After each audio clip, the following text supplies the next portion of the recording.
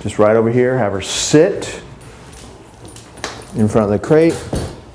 She kind of went sideways because she was distracted by the camera person to move that way, but that's okay. If you want to straighten her out, you can say, okay. Just do a little left turn like that, step into her, sit. Yeah, that's better. Good.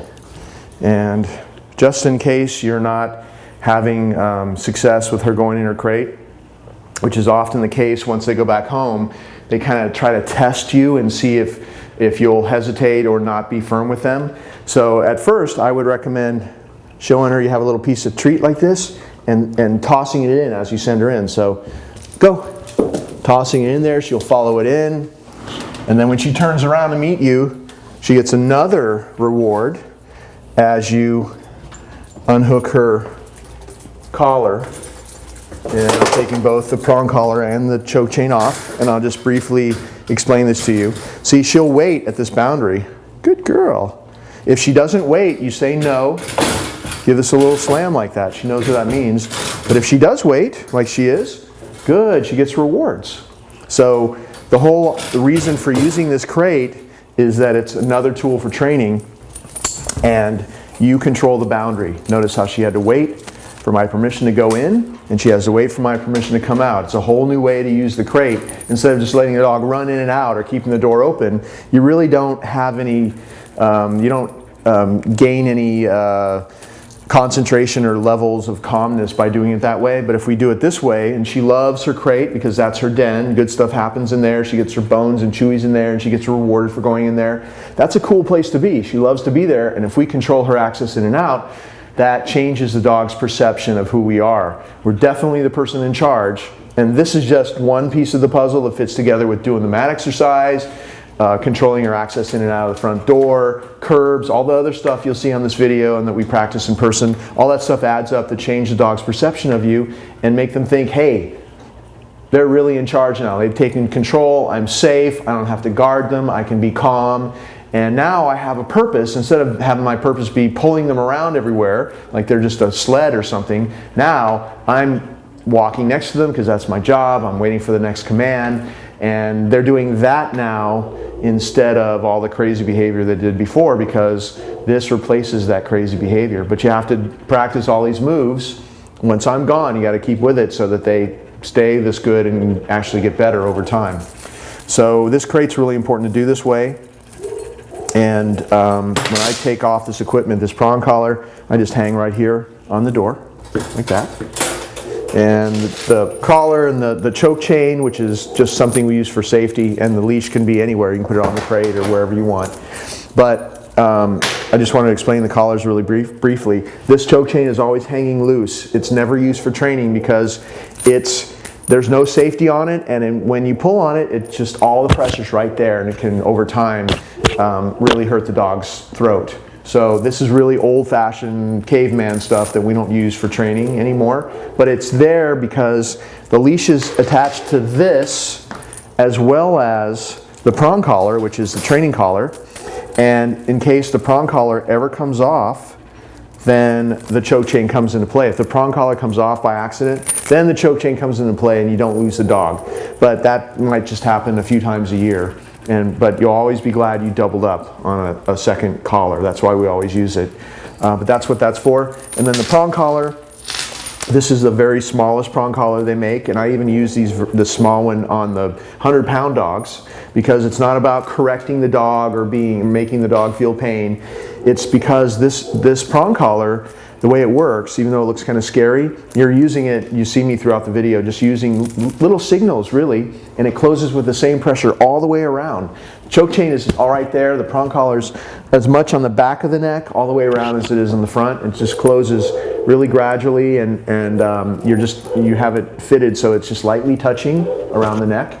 And so when you give these little pops, it's a very controlling feeling to the dog, and especially for the owner, because you're trying to teach her how to behave differently with you. It makes your job a lot easier and gets the point across to her a lot more clearly.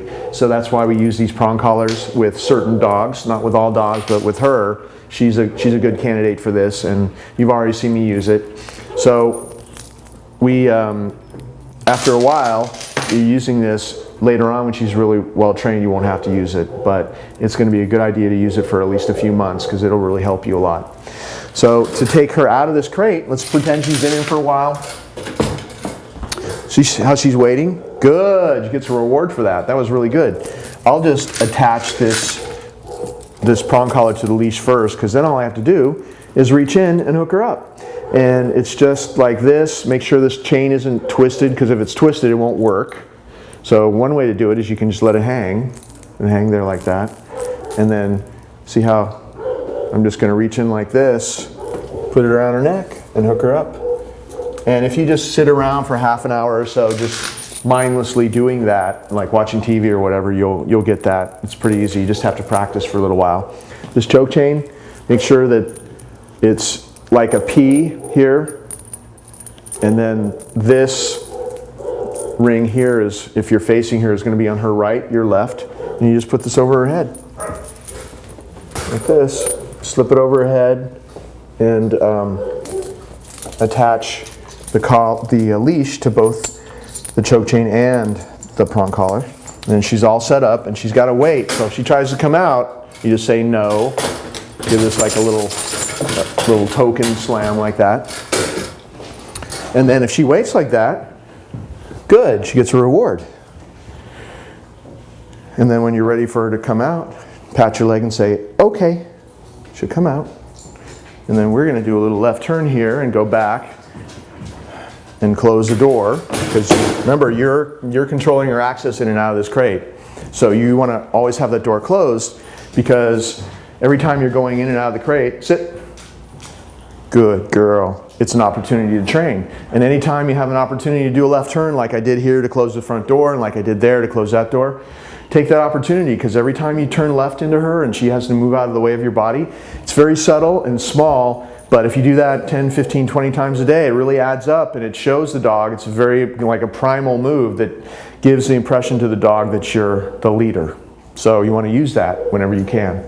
So this front door, to make sure that she's nice and calm, she's about to snap at a fly that's flying around her head any second now probably.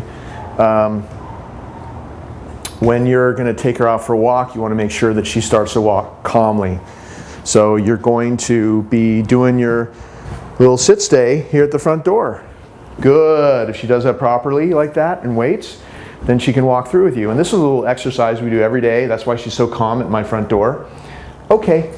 So see how she's walking slowly out the front door? Really slowly and gradually. And then I'll just, okay, come out here and do a little left turn and have her sit out here like this. Good. She gets a reward each way. And then you can even step in like that, so that you're just, all you're doing is accentuating the fact that she's waiting for you. Good. Come back to her like that. Okay. And then walk in again. You can do that, 2 times, 3 times each way. Sit. If you go in and out 3 times, it'll take you like 3 minutes. And it's a great exercise. And you change this area in your house that she used to go nuts at. Now you've turned this into the calm zone. She starts to walk calmly, and then on your way out, you're having her sit at all the gateways and the sidewalks and everywhere. She'll hit the street way calmer, not all crazed and frantic, and be right at that level of wanting to have leash aggression. She'll start out calmer. Good. You'll be able to handle her a lot better. So I recommend doing this little exercise in and out. Just take 2-3 minutes a day and do this. And then also, let's say that we're not even going for a walk. If we're going to do that exercise, okay, maybe I'm not even going to go for a walk. Maybe I'm just going to sit, then have her after this exercise and just let her be free. Go. Just let her hang out, or give her a little attention after this exercise, and then let her in the backyard or something. Because another reason for doing this is to work on her anticipation problem, which maybe if you're going to go through this front door, it doesn't even mean we're going for a walk. Maybe we're just doing that fun exercise that I love to do. So when you do take her for a walk, she'll just be calmer going through this front door. Good girl. Very good. So she's on free time right now. And I just wanted to explain that to you. Now I'm going to get her back next to me. You don't have to always call her to come to you. You can just stand next to her. Step into her like that, have her sit, because now we're, okay, and I want her to sit straight. Sit. So now we're going to leave the house. I'm going to pat my leg and say, okay. Always walking through the front door, walking outside calmly and slowly. Doing my last little left turn here, grab the front door and close it.